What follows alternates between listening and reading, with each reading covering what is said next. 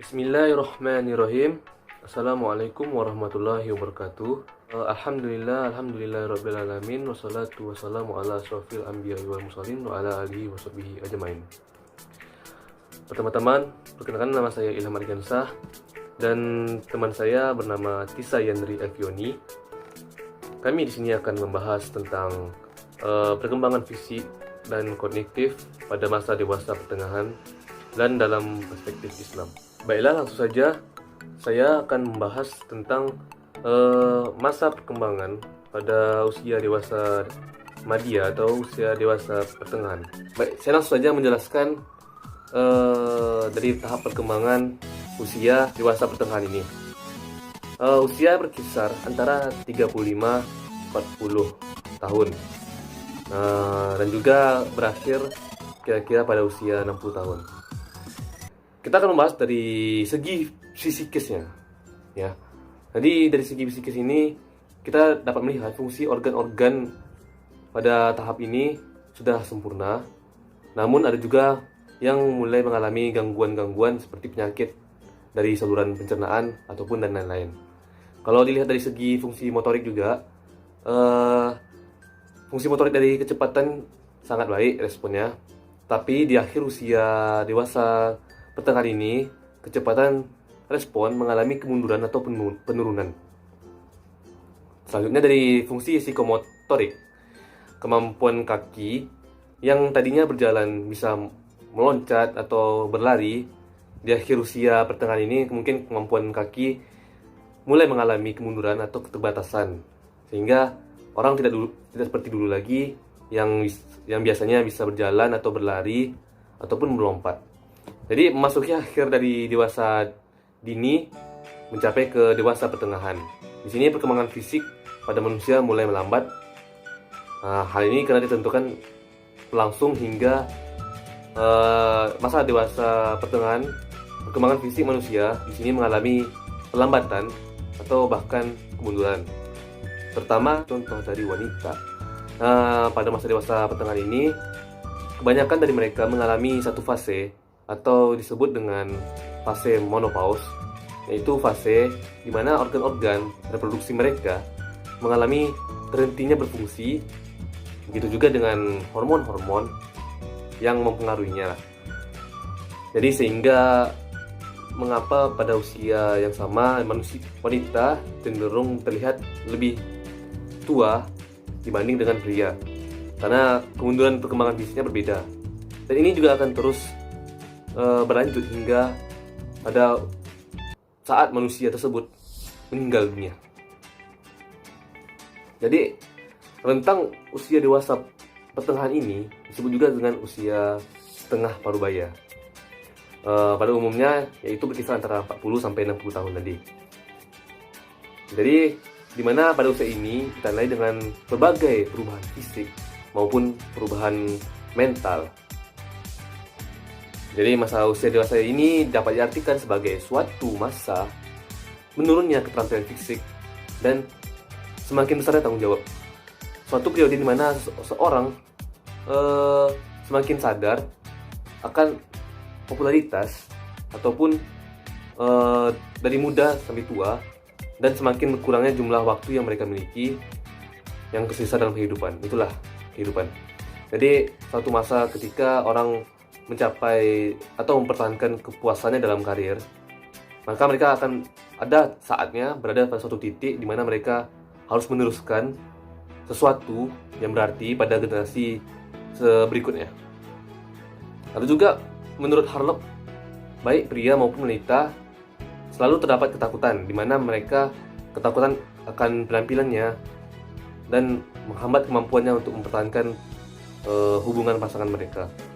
Jadi mereka dapat berkurang daya tarik lawan jenis.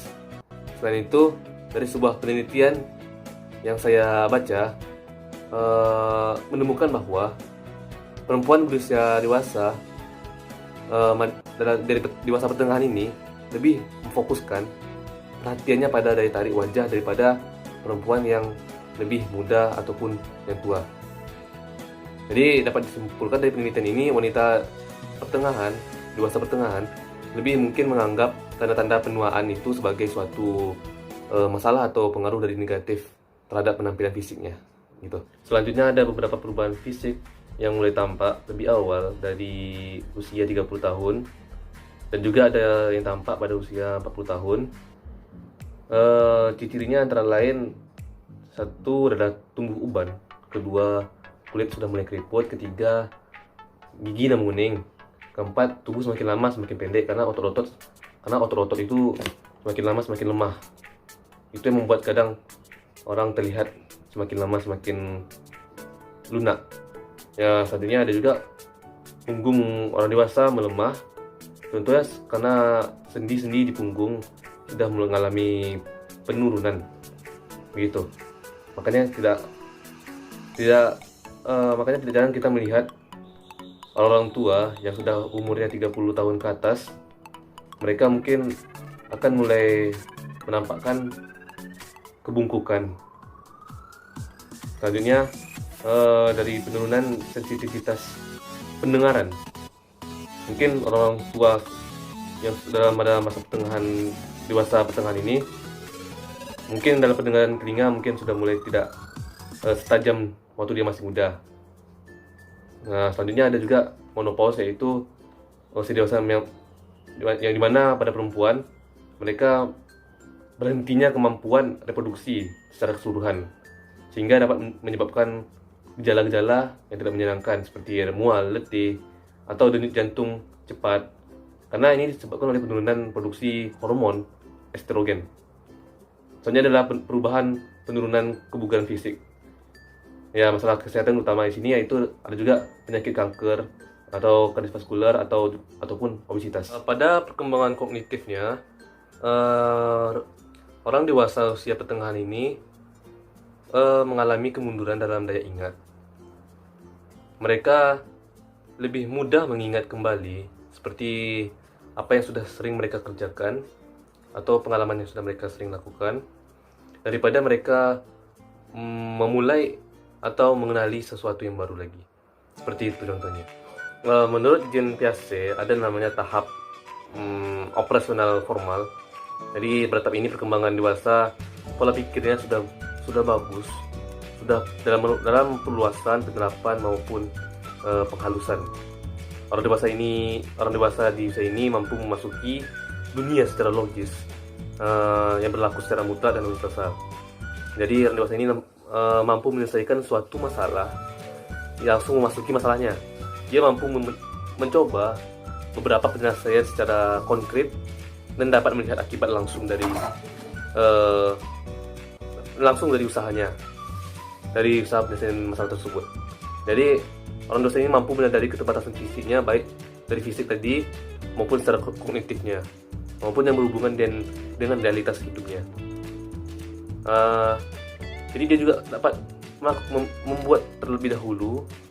berpikir terlebih dahulu secara teoritis, dengan cara ia menganalisis masalahnya dulu dengan berbagai hipotesis yang ada, kemudian dianalisanya, terus dibuatlah strategi untuk penyelesaiannya secara verbal, begitu. Jadi itulah cara kognitif orang dewasa berpikir. Selanjutnya akan disambung oleh teman saya, yaitu Tisa. Assalamualaikum warahmatullahi wabarakatuh. Saya Tisa Andre Elvioni akan membahas tentang perspektif Islam masa dewasa pertengahan. Dalam surat Al-Ahqaf ayat 15 yang artinya, hingga apabila dia telah dewasa dan umurnya sampai 40 tahun, dia berdoa, "Ya Tuhanku, tunjukilah aku untuk mensyukuri nikmat-Mu yang telah Engkau berikan kepadaku, kepada ibu bapakku, dan supaya aku dapat beramal soleh yang Engkau ridhoi. Berilah kebaikan kepadaku dengan memberi kebaikan kepada anak cucuku. Sesungguhnya aku bertaubat kepada Engkau, dan aku termasuk orang-orang yang berserah diri." Dari ayat tersebut, terdapat 4 poin tugas penting yang harus dilewati individu dewasa. Yang pertama, senantiasa mensyukuri nikmat. Pada masa ini, individu dewasa harus introspeksi diri. Dengan introspeksi diri, maka dia akan mengetahui betapa banyaknya nikmat yang telah diberikan kepadanya sehingga ia masih bisa hidup hingga umur parubayanya. Dan juga dia akan mengetahui apa yang kurang benar dan apa yang benar pada dirinya, sehingga dia bisa meningkatkan lagi dan memperbaiki diri untuk masa yang akan datang. Yang kedua yaitu segera berbuat kebajikan atau amal soleh. Jika Allah sudah memberikan nikmat umur panjang hingga sampai 40 tahun kepada manusia, seharusnya manusia meningkatkan semangat dalam beramal soleh. Hal itu agar manusia mendapatkan ridho Allah dan kehidupan yang lebih baik di usianya yang tersisa. Kehidupan yang hanya didapatkan oleh orang-orang yang bertakwa. Amal soleh yang diterima oleh Allah adalah amal yang bersih dan suci. Yang ketiga adalah memperhatikan anak cucu. Anak cucu adalah generasi penerus kehidupan dan harta yang paling berharga di alam kubur. Jika individu mendidiknya dengan baik dan benar, maka mereka akan bisa mendoakan individu tersebut ketika sudah meninggal suatu saat nanti. Anak yang soleh adalah penyenang hati di dunia dan kebahagiaan di kehidupan. Karena mereka hidup terasa lebih indah. Berkumpulnya mereka bersama orang tua dengan cinta dan kasih sayang akan membahagiakan jiwa dan menyejukkan hati. Mereka adalah perhiasan jiwa. Yang keempat adalah taubat dengan sebaik-baiknya taubat dan tawakal.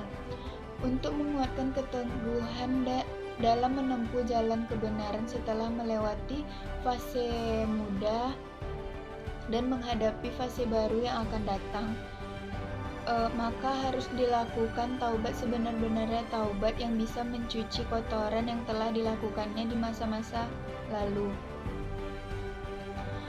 Pada fase ini, kekuatan fisik mulai berkurang, sedangkan kekuatan akal semakin bertambah. Gejolak syahwat mulai tenang, tabiat semakin stabil. Daya tangkap dan otak semakin terbuka.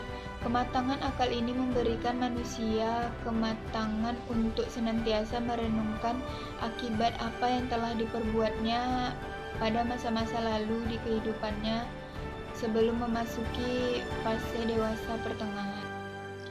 Jadi, pada masa dewasa pertengahan itu, individu biasanya lebih mendekatkan diri lagi kepada Sang Pencipta, yaitu Allah Subhanahu wa Ta'ala. Karena pada usia tersebut mereka cenderung lebih mengingat apa-apa saja yang telah dilakukannya dan apa-apa saja yang harus dirubahnya untuk masa yang akan datang dalam menjalani sisa-sisa usianya. Itulah tadi materi tentang perkembangan fisik dan kognitif pada masa dewasa pertengahan dan perspektif Islam. Apabila ada kesalahan, kami mohon maaf. Wabillahi taufik wal hidayah. Wassalamualaikum warahmatullahi wabarakatuh. Terima kasih.